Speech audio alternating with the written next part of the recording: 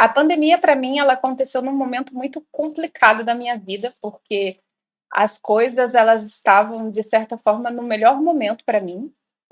Eu passei muito tempo da minha vida dividindo o meu trabalho na fotografia entre a fotografia e a tecnologia. Quando eu decidi entrar com tudo na fotografia, eu fiquei mais ou menos um ano e eu me tornei embaixadora Manfrotto do Brasil. Eles me deram um estúdio, tudo estava perfeito. Eu estava fotografando com a agenda lotada o ano todo, eu passei um ano com a agenda lotada. Eu fui convidada para palestrar em todos os maiores congressos de fotografia do Brasil. Eu participei de diversas imersões fotográficas como palestrante.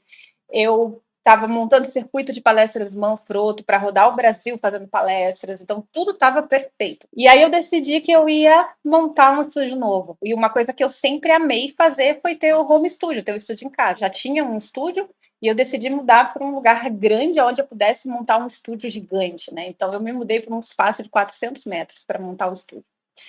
E eu passei em negociação desse espaço quase 2 meses. 2 dias depois que eu me mudei e abri o home studio, a cidade entrou em quarentena.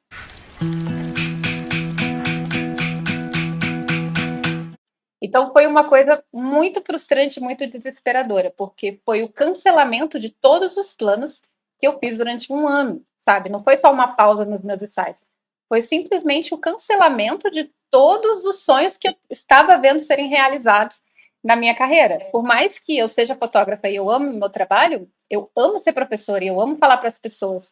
E eu gosto muito de mostrar o meu trabalho, mostrar como eu faço e ensinar as pessoas.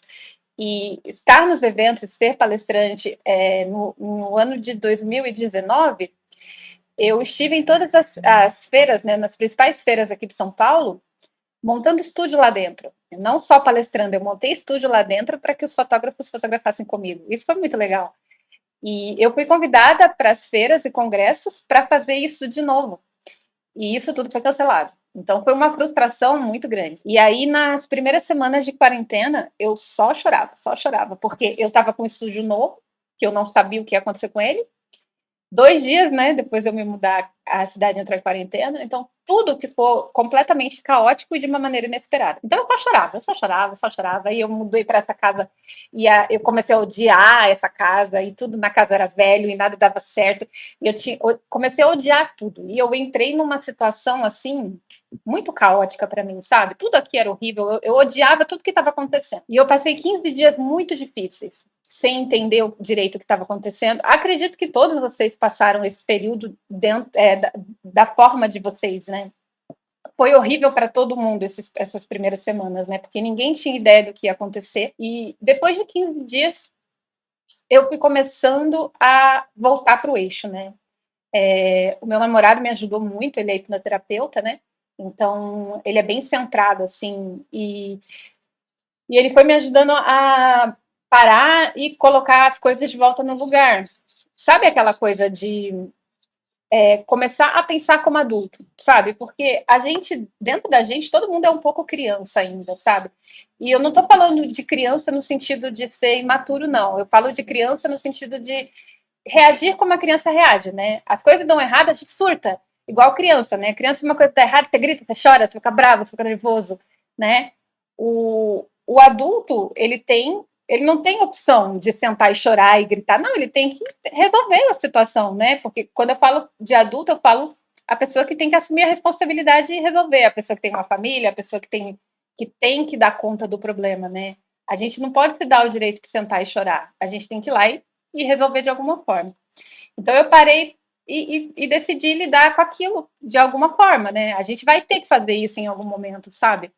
Então, a gente pode se dar o luxo de deixar essa criança falar um pouco, mas a gente não pode deixar ela tomar o controle para sempre. Uma hora a gente tem que voltar a ser adulto de novo e, peraí, né? Eu vou deixar o meu negócio acabar agora ou eu vou fazer alguma coisa, né? Porque se eu sentar aqui e ficar chorando, nada vai acontecer. A pandemia não vai olhar e vai falar, nossa, tadinha da Dani, né? Ah, vamos embora desse Brasil aqui, vamos, né, tadinha, deixar a Dani melhorar, né? Vamos, não vamos deixar acabar com o negócio da Dani, né? Isso não vai acontecer. A pandemia não tá nem aí porque tá acontecendo com a Dani, né? Se a Dani não fizer nada, O problema é dela, né? O que que eu fiz? A primeira coisa foi olhar para o cenário e ver o que que a gente precisa naquele momento. Saber o momento que você tá. Eu acho que essa é a coisa mais importante que a gente tem que ter consciência o tempo todo. Saber o momento que você tá. Eu vejo muita gente falando isso, por exemplo, sobre inversão de risco, sabe? Ah, porque eu não gosto da pressão de vender. Ah, porque eu não gosto de botar pressão no cliente. Ah, porque eu não gosto dessa coisa de ter que oferecer. Eu não gosto dessa coisa de ter que vender. Existe momento para tudo. Existe um momento em que você precisa criar o seu relacionamento com o cliente, você precisa dar amor, e você precisa criar uma identidade, você precisa mergulhar na alma do seu negócio. E existe um momento que você precisa ganhar dinheiro. Existem as duas coisas e elas acontecem normalmente em tempos diferentes. Então, se você está num momento de pandemia, onde o seu negócio pode fechar, pode ir para o buraco, pode falir, porque você não consegue pagar seu aluguel, porque você não consegue pagar sua conta, porque você não consegue comer, o que você precisa é ganhar dinheiro, não é criar alma. Eu tinha uma reserva de emergência. O que isso significa? Quando eu saí da TI, quando eu decidi sair da TI, antes eu me planejei muito, eu me preparei muito. Por quê? Porque eu sabia que a vida de fotógrafo não era fácil. E não ia ser fácil para mim. Então eu juntei um dinheiro antes de sair da TI e fiz a minha reserva, porque se nada mais der certo, eu consigo ficar um tempo sem trabalhar. Só que não significa que porque eu posso, eu vou fazer, porque a minha reserva de emergência, ela não é para ser gasta. Ela é para ficar lá, porque eu sempre posso ter uma segunda emergência, eu posso ter uma terceira emergência. Se eu gasto a minha reserva de emergência agora, eu vou precisar construir outra. Porque se eu ficar sem uma reserva de emergência, eu fico descoberta. Então, a primeira coisa que eu precisava fazer é pensar em como levantar um dinheirinho. E aí eu comecei a olhar para o trabalho que eu tinha, o que eu sei fazer, o que eu tenho no mundo, o que eu posso produzir, como é que eu levanto dinheiro com isso. Eu estou em casa, preciso fazer girar dinheiro. O que eu posso fazer? Não posso fotografar. Ponto. A decisão que eu tomei foi: vou parar. Imediatamente vou parar, não posso fotografar. Vocês aí, vocês têm as decisões de vocês para tomar. Alguns decidiram fotografar, outros não decidiram. Não vou entrar nesse mérito, a decisão é de vocês. A única coisa que eu peço é: se vocês vão fotografar, façam com segurança. Se vocês tiverem isso em consideração, o que vocês têm que lembrar? O cuidado que eu tive com a minha fotografia durante o período que eu parei de fotografar. Eu não deixei de ser fotógrafa nem por um dia durante a pandemia. Então, eu não estava fotografando, mas eu fazia questão que as pessoas pensassem em mim como fotógrafa todos os dias. Então, eu trabalhei a pandemia inteira para criar desejo em todas as pessoas que me acompanhavam. Todas. Eu tive um cuidado gigantesco para que todo mundo lembrasse de mim o tempo todo e lembrasse que quando elas tivessem o primeiro dinheirinho, na hora que eu abrisse a minha porta, elas estivessem na minha porta me esperando para fazer ensaio comigo. Por quê? Porque isso me dava tranquilidade. Eu sabia que eu não ia fechar meu negócio. Porque se essa pandemia durasse um ano, depois de um ano, eu voltava da onde eu parei. E isso me deu muita segurança, sabe? E então eu criei várias atividades para fazer durante a pandemia para manter a comunicação com todas as mulheres que eu fotografava e para trazer mulheres novas. Eu ganhei muitas modelos durante a quarentena sem ter fotografado ninguém. Então, isso para mim foi fundamental para o meu negócio continuar. Quando eu abri lá em setembro, eu abri com a agenda lotada.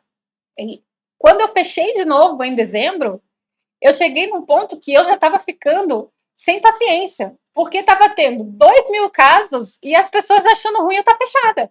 As pessoas vindo, mas não dá para fazer? Nem se for só eu, você não faz? Então, tipo, tá morrendo 2.000 pessoas e as pessoas estão aqui me pedindo fazer ensaio, sabe? Eu cheguei nesse ponto. As pessoas queriam tanto, que elas não entendiam a minha necessidade de estar fechada, sabe? Então, trabalhar o desejo das pessoas na pandemia é extremamente importante. Não deixar de ser fotógrafa, não deixar elas esquecerem você. Por quê? Porque quando você voltar, quando você abrir a sua porta, você pode voltar com a mesma força que você tinha antes ou com um ticket médio mais alto. Quer dizer, vendendo mais caro, ou vendendo em mais quantidade, ou vendendo mais coisas para aquelas mesmas pessoas, porque o desejo delas só aumentou. Não é porque você está em quarentena, ou como você quiser chamar, que todo o seu negócio tem que estar, o seu marketing tem que estar, a sua história tem que estar, tudo isso tem que estar rodando, tudo isso tem que estar funcionando, tudo isso tem que estar acontecendo todo dia, e você tem que estar nutrindo e criando desejo nas pessoas.